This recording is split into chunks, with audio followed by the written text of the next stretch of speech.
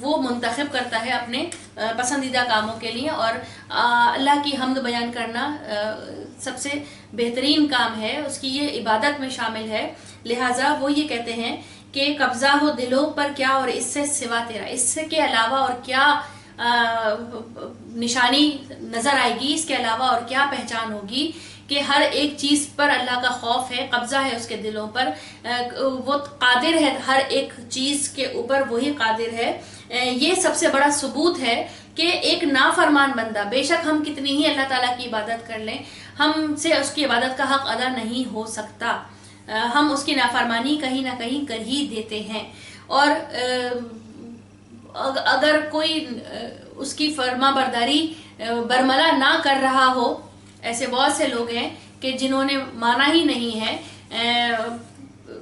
وہ اقرار ہی نہیں کرتے ہیں دل سے یا زبان سے اللہ کی وحدانیت کا، لیکن وہ پھر بھی اس کے خوف میں مبتلا ہیں۔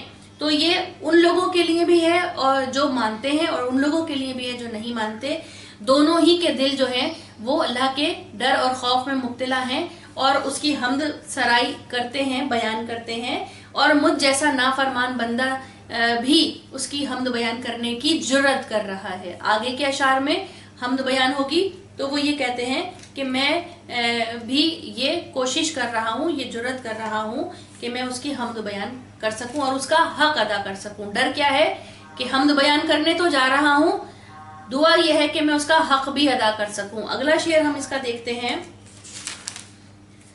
گو سب سے مقدم ہے حق تیرا ادا کرنا، بندے سے مگر ہوگا حق کیوں کر ادا تیرا۔ مقدم کہتے ہیں پہلا لازم آگے کو، ٹھیک ہے، اس کے بعد ہوتا ہے لفظ ہمارے پاس گو کا مطلب ہوتا ہے اگرچہ، اور کیوں کر ہوتا ہے کیسے ہوگا، میں کرنے تو جا رہا ہوں، میں عبادت تو کرتا ہوں، میں اس کا حق ادا کرنے کی کوشش تو کرتا ہوں، لیکن نہیں ہوگا، اس کی مہربانیاں مجھ پر اتنی زیادہ ہیں کہ مجھ سے اس کا حق ادا ہو ہی نہیں سکتا۔ اور دوسرا اگر ہم اس کا پہلو دیکھیں تو مزید وہی والی بات کہ شاعر یہ بات کہتا ہے کہ میں حمد سرائی کرنے تو جا رہا ہوں، میں ان الفاظ کا چناؤ کروں کہ وہ الفاظ جو ہیں وہ اللہ تعالیٰ کی حمد بیان کرنے کے لیے اس کے شایان شان ہوں۔ میرا اور ہم سب پہ لازم ہے، پہلا اللہ کا یہ حق ہے کہ اس کی عبادت کی جائے، اس کو معبود مانا جائے، لیکن بندہ نافرمان ہے، بندے سے کوتاہی ہوتی ہے، غلطی ہوتی ہے، اس کی مہربانیاں اتنی زیادہ ہیں کہ اس کا حق نہیں ادا کیا جا سکتا۔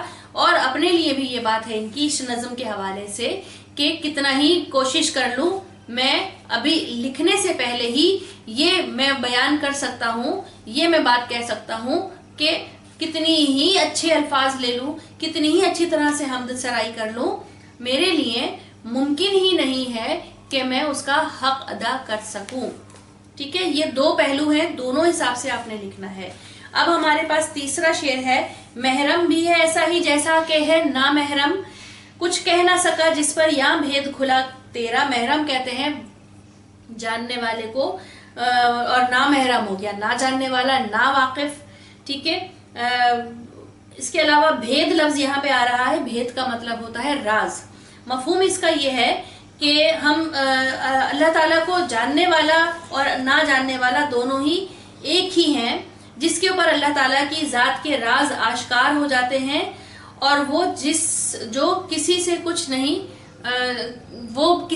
نہیں کہتا، اور وہ لوگ جو اللہ کو نہیں مانتے ہیں تو اس کے اوپر اس اللہ کی قدرت کے بھید نہیں کھلتے ہیں، تو وہ بھی کسی سے کہنے کے لائق ہی نہیں ہے۔ اب یہاں پہ محرم کون ہوا؟ جو اللہ کو پہچان رہا ہے وہ محرم ہے، اور نامحرم کون ہے؟ جو اللہ کو نہیں پہچان رہا ہے، جو اس کی عبادت نہیں کر رہا ہے، ٹھیک ہے۔ اب جو اس کی عبادت کر رہا ہے، محرم اور نامحرم کو ملا کیوں دیا؟ کیونکہ جو اس کی عبادت کر رہا ہے، جو اس کو اللہ نے یہ کہا ہے کہ کائنات کو کھوجو، اس کے راز جاننے کی کوشش کرو، اپنے علم کو بڑھاؤ، ٹھیک ہے۔ اللہ کی جیسے جیسے سوچو گے، اپنے دل اور دماغ سے کے سے خیالات کا مطالعہ کرو، ٹھیک ہے؟ جیسے جیسے سوچو گے ویسے ویسے تم جو ہو وہ اللہ کی بڑائی کو پہچانتے رہو گے اور کچھ کہنے کے لائق ہی نہیں رہو گے، تمہارے پاس کوئی جواب ہی نہیں بنے گا چیزوں کے، کیونکہ ہر چیز کا جواب یہی ہے کہ یہ کسی قدرت کے تحت ہو رہا ہے کام، اور قادر کون ہے؟ اللہ کی ذات ہے۔ کائنات کی ہر شے کا جواب، حتیٰ کہ آپ چیزوں کو چھوڑ دیجئے، اپنے ہی وجود کے اوپر اگر غور کریں تو ایک ایک چیز اپنے جسم کے نظام پہ غور کریں تو ہمارے پاس کسی چیز کا جواب نہیں ہے، ہر چیز کے اوپر سوائے اللہ کے اور کوئی قادر ہمیں نظر نہیں آتا، اور یہ چیز جاننے والے یعنی اللہ کو ماننے والے اور نہ جاننے والے یعنی اللہ کو نہیں ماننے والے دونوں کے لیے برابر ہے کہ دونوں ہی ایک مقام پہ آ کے خاموش ہو جاتے ہیں، دونوں کا علم چھوٹا رہ جاتا ہے اس بڑائی کے آگے، لہٰذا وہ کچھ کہنے کے لائق نہیں رہتے، ٹھیک ہے؟ کچھ کہہ نہ سکا جس پر یا بھید کھلا تیرا، کوئی جواب ہی نہیں ہے دنیا میں کسی کے پاس بھی اس کی قدرت کو جاننے کے بعد، اس کی بڑائی کو جاننے کے بعد، اور آگے کوئی جواب ہی نہیں بنتا سوائے اس کے کہ اپنے آپ اپنا سر جھکا دیں اس کے آگے، اور جیسا وہ کہتا ہے، جیسا وہ چاہتا ہے اس عبادت میں مشغول ہو جائیں۔ وہ ایک کوشش ہوگی، وہ اس کا حق نہیں ہوگا، وہ ویسی عبادت نہیں ہوگی، لیکن ہم اپنے طور پہ کوشش تو کر سکتے ہیں، کیونکہ کوشش کرنا ہم پہ لازم ہے، قبول کرنا اس کا کام ہے۔ وہ ہماری کوشش کو دیکھے گا، وہ ہماری نیت کو دیکھے گا، اور وہ ہمارے بڑھتے ہوئے قدموں کو دیکھے گا جو نیکی کی طرف جا رہے ہیں۔ پھر اس کی رحمت جو ہے ان چیزوں کے اوپر، اور ہماری نیت کی جو ہماری پرخلوص نیت ہے اس کی رحمت اس کے ساتھ بہتر سلوک کرے گی، اور ہمیں یقیناً وہ اپنے محبوب لوگوں میں شامل کرے گا۔ چوتھا شعر جو ہے ہمارے پاس اس کا، وہ جچتا نہیں نظروں میں یا خلت سلطانی کملی میں اپنی مگن رہتا ہے گدا تیرا۔ یہاں پہ لفظ لکھیے، جچنا جو ہے وہ اچھا لگنا، بھانا، نظروں کو بھانا یا مناسب لگنا۔ خلت کہتے ہیں لباس کو، اور سلطانی کا مطلب ہو گیا بادشاہوں جیسا لباس ہو گیا، اور یہ خلت جو ہے وہ لباس بھی ہوتا ہے جو بادشاہ تحفتاً ہدیتاً کسی کو دیتے ہیں، ٹھیک ہے؟ خلت سلطانی جو ہے وہ یہ نام اس چیز سے بھی منسوب ہوتا ہے۔ کملی جو ہے وہ چادر ہے جو ایک فقیر اوڑھتا ہے، یا فقیر سے مراد یہ کہ ایک مفلس، ایک کم حیثیت کا شخص جو ہے وہ اپنے کم حیثیت کے کپڑوں میں رہتا ہے، وہ فقیر کی چادر کو کملی کہتے ہیں۔ مگن لفظ آیا یہاں پہ مشغول ہے، مصروف ہے، خوش ہے۔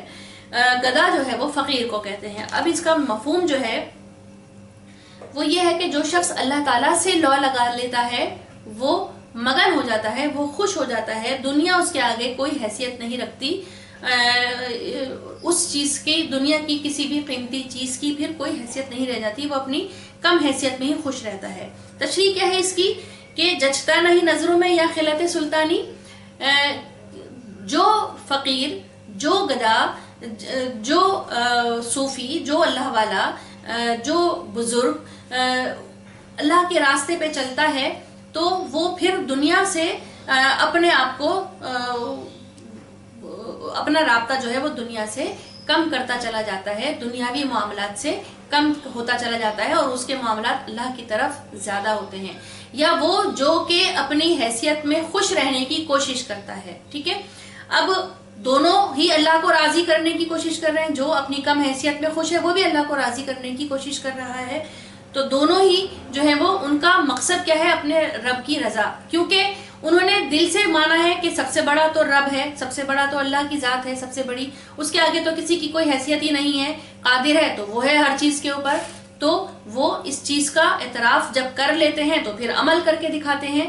لہٰذا جب زبان سے اقرار ہو گیا، ہر چیز کو عمل کر لیا، تو پھر ان کے لیے دنیا جو ہے وہ کوئی حیثیت نہیں رکھتی، اور دنیا کا بڑے سے بڑا بادشاہ، بڑے سے بڑا پوزیشن کا کوئی بھی شخص ہو، اس کا عہدہ، اس کی جو دولت ہے، اس کی امیری ہے، وہ اس سے متاثر نہیں ہوتے، اور وہ خوش رہتے ہیں اپنے اس کم حیثیت کے لباس میں، اس کمبلی میں، اس چادر میں۔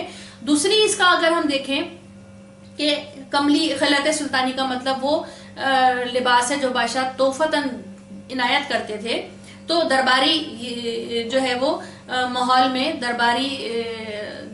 دربار سجا کرتے تھے، تو اس وقت بادشاہ کو خوش کرنے کے لیے اپنے اپنے فن کا مظاہرہ ہوتا تھا، اور بادشاہ کسی بھی ادا سے کسی کی خوش ہو کے جواہرات یا قیمتی لباس جو ہیں وہ زیادہ تر وہ تحفے میں دیا کرتے تھے۔ اور پھر جو شخص وہ خلعت سلطانی وہ لیتا تھا وہ خوش ہوتا تھا اور دوسروں کو بتاتا تھا، کیونکہ یہ ایک بہت بڑا اعزاز ہوتا تھا، تو وہ دوسروں کو اس چیز کو بتاتا تھا۔ یعنی دنیاوی بادشاہ سے اعزاز لیا، تحفہ لیا، اور دنیا کو ہی بتا رہے ہیں جس کی کوئی حیثیت ہی نہیں ہے۔ جو چیز فنا ہو جائے گی، جو چیز ختم ہو جائے گی، جائیں گے تو خالی ہاتھ جائیں گے۔ جس کو یہ بات پتہ چل گئی تو پھر اس کے لیے بادشاہ کے کسی تحفے کی، بادشاہ کی کسی قیمتی چیز کی کوئی حیثیت نہیں رہ جاتی، نہ ہی وہ ان کو اپروچ کرتا ہے، نہ ہی وہ ان تک جاتا ہے، نہ ہی وہ ان کو خوش کرنے کی کوشش کرتا ہے، کیونکہ اس کو پتا ہے کہ اس کو خوش کسے کرنا ہے اور اس کی نظر کس بڑے انعام پہ ہے۔ یہ جو بیوقوف دنیا داری کرنے والے ہیں، یہ اس کی اس نیت سے واقف نہیں ہے، کیونکہ اسے تو جنت کا لباس پہننا ہے، اسے تو ان سے زیادہ قیمتی لباس پہننا ہے۔ وہ اپنی عبادت کو، اپنے تقوی کو جتنا زیادہ مضبوط بنائے گا دنیا میں، اتنی ہی زیادہ اس کی جو حیثیت ہے، اس کی پاور ہے، وہ اللہ تعالیٰ اس کو جنت میں دے گا، وہ مقام اللہ تعالیٰ اس کو جنت میں دے گا۔ دنیا میں کم حیثیت رہ کر اللہ کی عبادت میں اپنے آپ کو مگن کرنا، آخرت میں جنت میں زیادہ اپنے درجات بلند کرنے والے جو ہیں وہ پھر نہ سمجھ نہیں ہوتے، بلکہ عقل مند وہی لوگ ہوتے ہیں۔ اگلا جو ہمارا اس کا شعر ہے، عظمت تیری، اچھا یہ جو شعر ہے یہ ہے سیکنڈ ایئر کی کتاب میں۔ عظمت تیری مانے بن کچھ بن نہیں آتی یہاں ہے، خیر و سرکش بھی دم بھرتے صدا تیرا، یعنی کہ اللہ تعالیٰ کی جو عظمت اور بڑائی ہے اس کو ماننا ہی پڑے گا۔ جو لوگ خیر میں ہیں اور جو لوگ سرکش ہیں، جو لوگ انکار کرتے ہیں، ہر ایک کو اللہ تعالیٰ کی بڑائی کو، اس کی قدرت کو ماننا ہی پڑے گا، وہ مجبور ہے ماننے کے لیے، ٹھیک ہے۔ اگلا ہمارا جو اس کا شعر ہے یہ بڑا آسان سا تھا، کیونکہ ہم اس کی تشریح تفصیل سے پہلے کر چکے ہیں، دوسرے اشعار میں بھی اس کی تشریح موجود ہے۔ تو ہی نظر آتا ہے ہر شے پہ محیط ان کو، جو رنج و مصیبت میں کرتے ہیں گلا تیرا۔ اللہ تعالیٰ ہی یہاں پہ جو محیط کا مطلب ہوتا ہے گھیرا کرنے والا، اس کے اوپر قابض ہونے والا، شے جو ہے وہ چیز ہے، رنج جو ہے دکھ ہے، رنج کا مطلب ہوتا ہے دکھ ہے یا شکایت ہے۔ اب اس کا مفہوم یہ ہے کہ اللہ تعالیٰ ان لوگوں کو ہر چیز جو اپنے گھیرے میں لیے ہوئے نظر آتا ہے، اللہ تعالیٰ کہ ہر چیز اسی کے اختیار میں ہے، وہ ہر چیز کے اوپر قادر ہے، اور وہ عقل مند لوگ جو اپنی رنج میں، مصیبت میں، خوشی میں اس کو پکارتے ہیں، اسی سے مانگتے ہیں ہر چیز، وہی نفع میں ہے، ٹھیک ہے۔ اس کی تشریح جو ہے ہمیں یہی ہوتی ہے کہ تمام جو کائنات کا نظام ہے وہ اللہ ہی کے اختیار میں ہے، اس جو حقیقت ہے اس سے کوئی انکار نہیں کر سکتا۔ انسان کے اوپر ابھی اتنے بھید، اتنے راز کائنات کے نہیں کھلے، وہاں تک اس کو علم ہوا، یا وہاں تک ہی وہ پہنچ سکا جہاں تک اللہ تعالیٰ نے مناسب سمجھا، جہاں تک اللہ تعالیٰ نے اجازت دی۔ اس کے آگے اس کا علم جو ہے یا اس کی کوششیں سب بیکار ہیں۔ جتنا اللہ نے چاہا انسان کو بھی اتنا ہی علم ملا، وہ کوشش کرتا رہا اور اللہ تعالیٰ مدد کرتا رہا، ٹھیک ہے۔ اب یہ چیز ہو گیا کہ جب ہر چیز کے اوپر اختیار اللہ کا ہے تو ہماری مصیبت بھی دور کون کرے گا؟ اللہ تعالیٰ کرے گا۔ ہماری جو رنج اور غم ہے وہ کون دور کرے گا؟ وہ بھی اللہ ہی نے کرنا ہے۔ تو پھر جن لوگوں کو اللہ تعالیٰ ہی کی ذات سب سے افضل نظر آتی ہے، وہ اپنی رنج میں اور مصیبت میں اسی سے ہی مدد مانگتے ہیں، اور جس وقت وہ تکلیف سے راحت میں آتے ہیں اس وقت بھی وہ شکر اسی کا ادا کرتے ہیں. ایسے ہی لوگوں کو اللہ تعالیٰ اپنے قرب میں رکھتا ہے اور ان سے راضی رہتا ہے اور ان کو پسند کرتا ہے. پھر ہمارے پاس ایک شعر آتا ہے، نشے میں وہ طاقت کے سرشار ہیں اور بے خود، جو شکر نہیں کرتے نعمت پہ ادا تیرا. یہ وہی شعر جو ہے وہ سیکنڈ ایئر کا ہے، کراچی بورڈ کا. یہ 9th کلاس کے پاس نہیں ہے یہ شعر. لہٰذا اس شعر کی تشریح جو ہے وہ یہ ہے کہ جن کو عبادت کا، بندگی کا نشہ ہو، جن کو سرور ملے عبادت کرنے میں، اور وہ اس عبادت کرنے میں بے خود ہو جائیں، تو وہ اور جو شکر ادا کریں ہر چیز کا اللہ تعالیٰ کی، وہ لوگ جو ہیں وہ اللہ کے قریب ہیں، کیونکہ وہ اپنی عبادت کے جو درجات ہیں وہ ان کے بلند ہوتے رہتے ہیں، وہ مراتب جو ہیں وہ ان کے بلند ہوتے رہتے ہیں. جو لوگ عبادت کے نشے میں ڈوب جائیں، جن کو عبادت میں مزہ آنے لگے، اللہ تعالیٰ ان کی عبادت سے خوش ہوتا ہے. اور وہ لوگ جو شکر نہیں ادا کرتے اللہ کی نعمت کا، اس کی تمام چیزوں کا شکر ادا نہیں کرتے، اللہ تعالیٰ ان سے راضی نہیں رہتا. اگلا شعر ہمارے پاس ہے، طاعت میں ادب تیرا عصیاں سے ہے وہ بڑھ کر، عصیاں میں ہے طاعت سے اقرار سوا تیرا. طاعت جو ہے وہ یہاں پہ اطاعت ہے، اور عصیاں جو ہے وہ گناہ یا خطا کو کہتے ہیں. ٹھیک ہے، اب طاعت میں ادب تیرا عصیاں سے ہے وہ بڑھ کر، یعنی کہ گناہ گار کی زندگی جو ہے وہ ایک عبادت گزار اور اطاعت کرنے والے سے جو ہے وہ کم ہے. اطاعت کرنے والے کے درجات اللہ تعالیٰ بلند رکھتا ہے، اطاعت کرنے والے کو دنیا میں بھی عزت دیتا ہے اور آخرت میں بھی اس کے لیے مراتب ہیں، اس کے لیے انعامات ہیں. اور جو گناہ کی زندگی گزارتا ہے دنیا میں، اس کے لیے اللہ تعالیٰ نے بے عزتی رکھی ہے، ذلت رکھی ہے، اس کو کوئی پسند بھی نہیں کرتا ہے. بے شک وہ اپنے گناہ میں بے خود ہو جائے، اس کو کسی سے کوئی غرض نہ ہو، لیکن پھر بھی دنیا والے اس کو پسند نہیں کریں گے. کوئی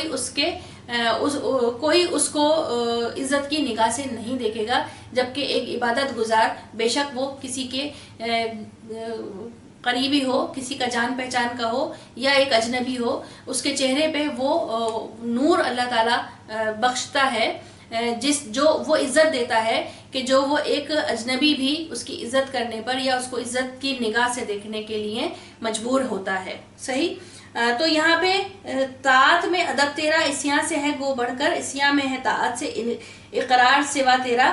اللہ تعالیٰ ہی کے اختیار میں ہے، وہ چاہے کسی کو کہ وہ سیدھے راستے پہ چل پڑے اور یہی اس کی مصلحت ہے، اور وہ چاہے تو وہ دلوں کو پھیر دے اور ایک گنہگار کو بھی سیدھے راستے پر لے آئے. یہ اسی کی عطا ہے، یہ اسی کی دین ہے. وہ جس کو چاہے وہ سیدھی راہ دکھا سکتا ہے، لیکن اس کے لیے شرط ہے کہ دل جو ہے وہ اس میں ایک خواہش ہو، کوشش ہو، ایک تڑپ ہو، تو ہی وہ اپنے بندے کو صحیح راستے پر ضرور لے کے آئے گا. پھر ہمارے پاس ہے، آفاق میں پھیلے گی کب تک نہ مہک تیری، گھر گھر لیے پھرتی ہے پیغام صبا تیرا. یہاں پہ آفاق کہتے ہیں آسمان کو، آسمان کے جو کنارے ہیں وہ آفاق ہو گئے. ٹھیک ہے، افق کی جمع ہے یہ. یہاں پہ جو ہے وہ آفاق سے مراد یہ بھی ہوتی ہے کہ جب سورج طلوع اور غروب ہوتا ہے تو اس وقت جو رنگ بکھیرتا ہے، وہ مناظر جو ہیں وہ کہیں اور دیکھنے کو نہیں ملتے، کہیں اور یہ کاریگری نہیں ملتی. اس چیز کے اوپر بھی قدرت جو ہے وہ اللہ تعالیٰ ہی کی ہے. پھر گھر گھر لیے پھرتی ہے پیغام صبا تیرا. صبا ہوتی ہے صبح کی ٹھنڈی ہوا کو، جو کہ گھروں ہر ایک کو محسوس ہوتی ہے. اسی میں ہی اللہ تعالیٰ، اس کے اوپر بھی اللہ ہی کا اختیار ہے. اب انہوں نے جو یہ بات کہی ہے کہ اس کا مفہوم جو ہے وہ